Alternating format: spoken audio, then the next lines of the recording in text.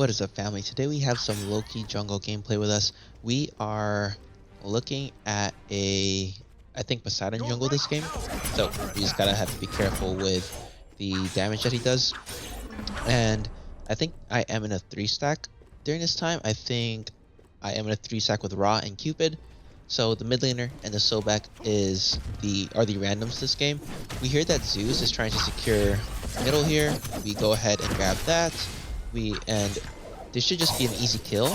Unfortunately, I don't think we get him. We get him killed, but we poke him out nonetheless. We can go ahead and grab these two middle camps. Unfortunately, Baron isn't following us, but we do see Poseidon back in middle. This should just be an easy secure. Now that we secured the mid camps, we're just gonna go rotate the speed, and from here we can possibly gank the dual lane or farm more of our back camps depending on how the map is playing out. Now they're super pushed up in left lane, so ganking them is kind of just a waste of time. We go ahead and ping the mid to left lane, kind of implicating that Poseidon is maybe thinking about rotating there because we saw Poseidon back in mid. And now we just see him in mid again, which either he completely just wasted his time camping in a bush and not getting any farm, or yeah, I mean, I think that's about it. Or he just rotated to his left camps. Unfortunately, our Baron does get picked off by Poseidon, and since he's not here in the lane, we don't want these minions XP going to waste. So we're just gonna go ahead and proxy his wave.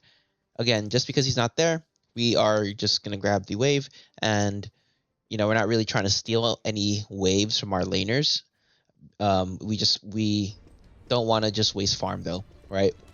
Now we're gonna go ahead and see if we can gank dual lane. They're underneath tower, so it's just kind of hard. However, minion waves, we see that the minion wave is pushed up now, and it's Warhorn minions, so they're extra tanky. Sobek gets a great poke off on Baron. Baron should just be dead here. Let me see. Okay, cool. We at least got on her, and I think Cupid, great play by Cupid here, kind of just trying to bait this. Baron should die here, and my focus is on the camp. Cupid ends up killing Baron, and just like that, double kill, no purple, and we just got our dual lane so far ahead, and a lot of the things has to go to the Cupid, especially play that very well, and the great pluck from Sobek.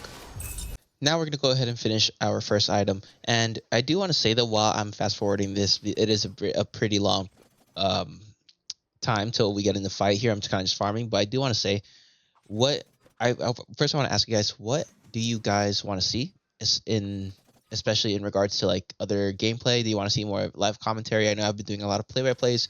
That's mostly what I have on the channel.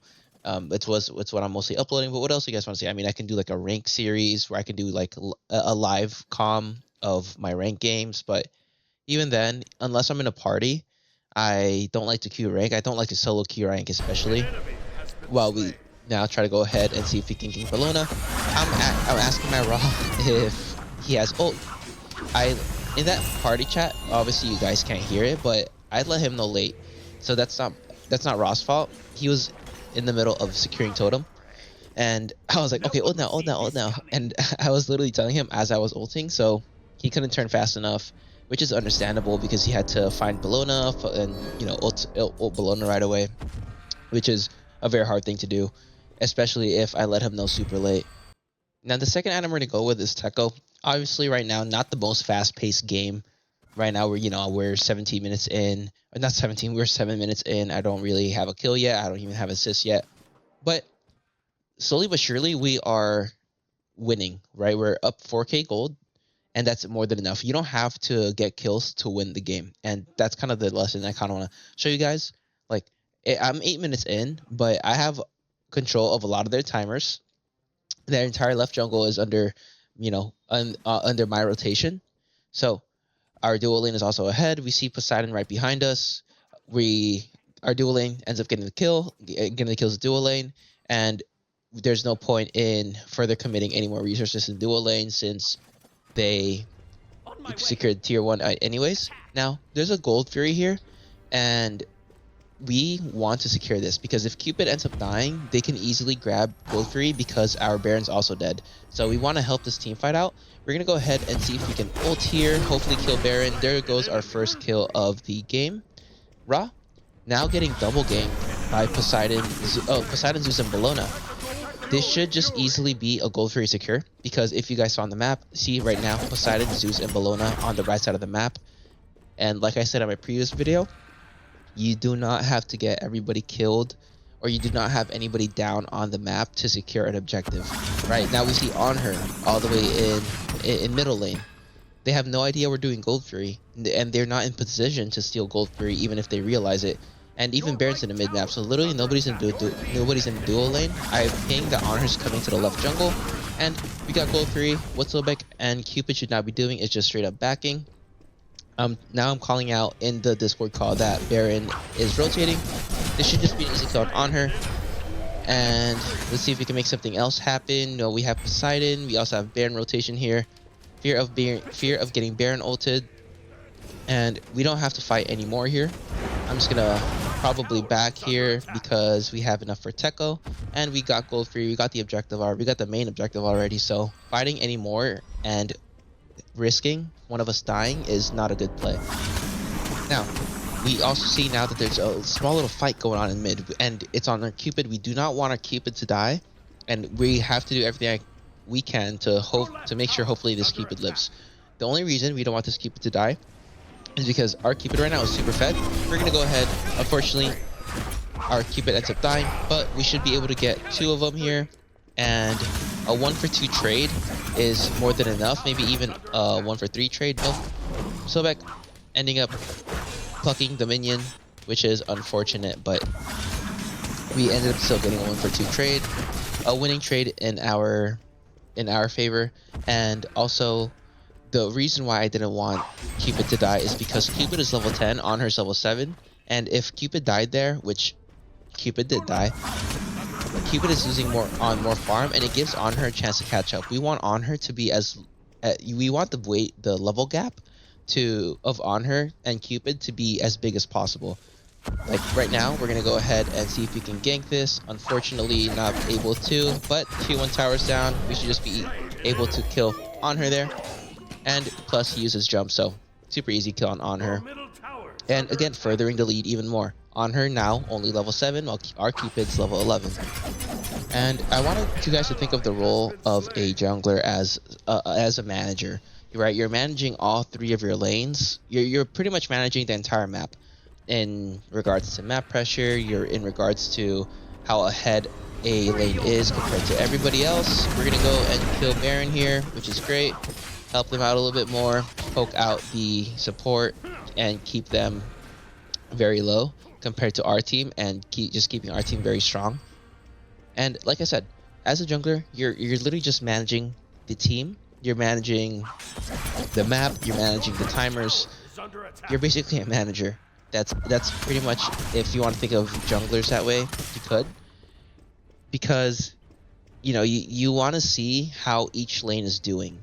Obviously, it's for you to decide. I'm not going to tell you, like, okay, like, your solo lane is losing, you have to gank solo lane. Right? That's not... It's all about the macro play, seeing the benefits of ganking a lane, the benefits of... or the cons of ganking a lane. You know, if my solo lane is losing and I gank, obviously, yes, that would help my solo laner catch up a little bit, but what other value does that bring the team, right? Because if I gank a solo laner and we get them killed, we get the enemy solo laner killed, is there a gold query that we're sacrificing? Is there a potential invade that we're sacrificing? Because if they see us in solo lane, the mid and the jungler can just collapse on my left jungle. Right, so you have to manage a lot of those stuff. You have to. That's what you kind of want to think about when doing these types of ganks, when making these types of decisions. And right now, we see that they are about to gank our solo lane with a 4-man gank. And right now, look at this. I'm just not engaging. I'm playing this patiently. We place a ward in where Fire Giant is at to make our solo lane aware. And plus, I'm also calling it out to my teammates that they're ganking. So essentially, Ra ends up backing off. This should just be an easy kill on Bellona. And we force a Bellona ult. Ult gets forced out of me, which is a-okay. We still have Aegis here. Cupid fighting the Poseidon here. We're gonna Baron's Brew, Baron. And now we get a Zeus ult down. We get a Cupid ult down. Hopefully we get at least one of them. We're gonna see if we can Aegis, avoid that stun from Zeus. And since we're super low, we're kind of just have to back off a little bit. I do think we end up getting picked off here. We end up getting one of them, but they get 4 of us. Or we get 2 of them, they get 4 of us. Not a winning trade from us. And our Baron is just missing. Unfortunately, I don't think, yeah. Good play on their Poseidon there. Just eating that ult, making sure that Bellona doesn't die. Now, again, just bringing back to what I was thinking and what I was talking about. And look at, never go Cosmic Horror second item. If you read the passive on Cosmic Horror, you need to have at least 300 int to make a full use of Cosmic Horror. But yes, back to what I was saying. When you gank, you have to think about the consequences of your gank. Even though you got the kill, what could the enemy have done to counter your gank? And like, for example, here we're gonna go gank Bellona. They're obviously gonna see me on the map. So what can the enemy do to counterplay this? Right? What am I gonna lose for this gank? Obviously farm. Am I potentially gonna lose my speed buff? And obviously not, because we have the Cupid and we have the Sobek on gold free. So that gank was a pretty good decision from us, and it also helped us. It also helped Ra rotate out of the lane, potentially being able to help us here, right? So Ra now able to help us because we forced Bellona to back up to their base, and now instead of a 5v5, we are fighting now a 5v3 because we see on her in left lane, Bellona was forced to back, and now I have full control of my left side jungle. And again, that was just kind of just based off of the decision of me ganking, and just based off, just the decision making that we're making, right? Because I want you guys to not think of jungling as, okay, I'm just gonna kill my camps and then gank, right? You have to think more of an objective, with an objective mind. What will this gank bring me? How will this gank benefit me? We're gonna go ahead and gank middle lane. Obviously, we're doing this because of an important team fight. We kill them here. Objectives are free, and we also might possibly get tier 1 tower. Unfortunately, we don't. Ra gets picked off. We're gonna see if we can do something else here. We're gonna see if we can flank a little bit. And I think we follow Sobek here. They are all pretty one-shot. Yeah. I was thinking of backing because I don't think we could have killed them anymore. Baron's ult, unfortunately, down. We're going to go ahead and eat this, and hopefully we can get at least one of them. We're going to Aegis as well, which is why I wasn't afraid to dive tower, because I have Aegis. They're on her. We can see that he's all the way in left lane. And we're going to see if we can get a few more kills. If not, if we cannot get a few more kills, we're going to just invade their jungle. So, unfortunately, since we all died, we either have to make a decision to leave. I meaning me. I either have to make a decision to defend left lane, or they are potentially on Fire Giant.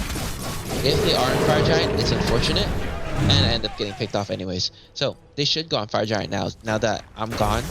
And if Fire Giant doesn't go down here in the next 2 minutes or the next minute, then they completely are failing the play for objectives. Yeah, because that's how you win. That's how you win the game. Like, look at the scoreboard right now. Look at the gold. We have 18. They're up 1 kill, but yeah, we're up 3k gold, almost 3k gold, and we are starting to set up map to where we can grab the objectives. Right, we're gonna start placing wards. We're gonna see if we can kind of pick them off. We can see if we can set up ambushes, stuff like that.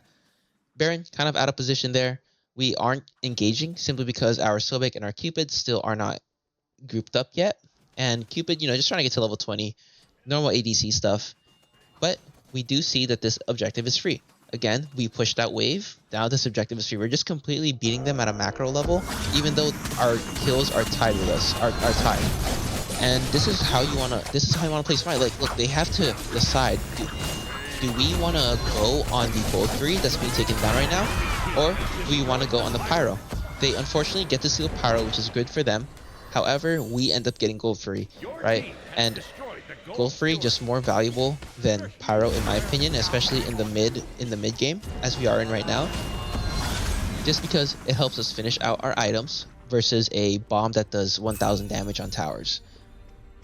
And like I said, we are kind of again just setting up for map play. We're gonna grab some timers. We're gonna look for we don't have wards obviously, but we're gonna look for either Poseidon kind of lurking because we still don't know where Poseidon is at, and we also see the right lane being pushed out. So we also have to kind of be careful here. We don't want to die here because if we do, it'll just be very, very bad, obviously. Now we see Poseidon back where Sobek is kind of just pressuring him. We're gonna see if we can just 2 here, poke him out with our 2, and he sees Zeus ult right in the middle, so that's fine. Heron ulting Bellona, and Cupid, great ult. We're gonna go ahead and cripple our main target, which is Poseidon, the beefed up to level 20 Poseidon. And from here, this should just be easy pickings. And just notice how we play that super, super patiently. We're gonna go ahead and Aegis and just get an easy triple kill. And that's what you kind of want to think about. Do I die here? Oh, I barely live. I think Baron's Brew helped me. But that's what you want to think about as team fighting. In team fighting, right? Notice my positioning there. I wasn't in the front. I played to my character's objectives. Not objectives. I played to my character's strengths, which is remaining hidden. And again, as a jungler, you do not want to be in the front line. You do not want to be seen. You're an assassin. You know, play like one. If you're playing a mage jungler, hit your abilities through walls. Hit them behind walls. Make them have a hard time finding you. And also, go for I guess players that are squishy. Yeah, go for the squishies. Go for the damage dealers. So our main target here is on her. If we can't kill on her, our main target is Zeus, and then our last target would be Poseidon. I'll just look at the macro play here, right? We see them all back to mid lane, and we're purely just beating them off of macros. Macro meaning objectives, meaning, you know, important things to do around the map, important things to do around, you know, the conquest mode, which is Gold Fury, Fire Giant, you know, wave clearing, wave push. We see that, look at this. We see that Cupid, Sobek, is getting 5-man ganked. Why? This is essentially just them giving us a free Fire Giant. Right, we're gonna let Ra tank the Fire Giant, but very, very good on Sobek for stalling them as long as he can. And just look, we are only up 2 kills. We only have 2 kills over them, but we're up 10k gold. Now again, look, just watch this macro play. For some reason they teleported. We saw Honor and Bellona teleport to the right lane. Now this opens up an opportunity to steal from gold free, right? So we're gonna see if we can go Invis here, cripple at the correct time, and we get Fire Giant and gold free off of that poor decision to gank dual lane for some reason. While gold free during the time of their gank, gold free was down, so they had no reason other than wanting kills to gank our Cupid and Sobek, and they paid for that. Now we have gold free, now we have Angel Fury, their towers are down, and this is basically also a free Phoenix. Like, our waves are pretty pushed up, except I guess our left lane wave is not pushed up, but now that Ra, Cupid, and I are here, this is an easy Phoenix, and we get so from that decision that they made to 5-man gank left lane, they lost Fire Giant. They got Gold Fury stolen from them because we had Fire Giant buff, and we picked 5 of them off, and we also get left Phoenix. So that already is a win. We don't even have to commit on this team fight. We should just be backing here because all 5 of them are now coming up, and we get mid Phoenix again. We get Zeus ult. We get Zeus ult. We get Poseidon ult down. Unfortunately, my team ends up dying, and right now I'm just gonna back up, right? But still, a very, very good trade. We get like I said, we got Fire Giant, we got Ancient Fury, we got, and no, I can just escape here, so it's not a problem. I'm just gonna ult when I feel like I need it the most, which is that time, and good on Sobek for the peel. But literally just beating them off of macro play. We are only 2 kills ahead of them, but yet we're 5k. We are 10k gold up. And that's, again, what you want to think of when playing Conquest. You don't want to just go for the kills. Just because you have a lot of kills does not mean you're winning. Nobody cares. In high rank games, nobody cares how many kills you have. It's all about objective play, right? We can be down 10 kills, but yet up 5k in gold, and we're still technically winning the game.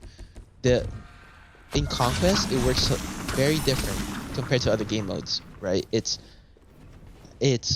all about how much gold you have, because the way it goes is more gold equals more items equals a stronger team, and a stronger team will 9 out of 10 times win team fights. The other 1 out of 10 times is a misplay here and there that turns a fight. Missing an ult, misusing an ability being baited out, right? That can lose team fights. But 9 out of 10 times, if you're up in gold, you will be winning team fights.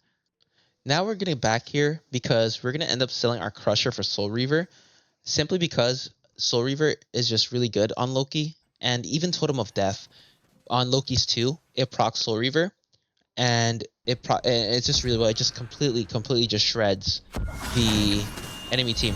Like, just hit him with my 2. All I have to do is stay hidden and hit him with my 2. So this should be the last team fight. We win this team fight, we win the game. We are going to Aegis, so that way we don't get hit with any potential ults. And right now my main objective is just to poke him out and ult in when I think that I can get a pick. Unfortunately, Bellona ended up getting away, but we were able to get Poseidon. We're gonna go ahead and grab Zeus, and this should just be game. It's just on her and Bellona, and yeah, this should just be game. We'll just instantly melt tower here, and just look at that. Look at the damage. Look at my ticks on the 2, on Bellona especially, and great pull on Sobek for the on her, and that is a GG, ending up 9-2 and 12. We're only up. We're only up 6 kills. We're only up 6 kills, but we were up 10k in gold, and that's just the importance of macro play, importance of Fire Giant, importance of Gold Fury, importance of playing the map for objectives. Playing around objectives is what won us the game, not kills. So these are my stats, and as always, I hope you guys did enjoy. Let me know what god you want to play next. I am working on Fenrir vid, but other than that, I will see you in the next one. Thank you, family.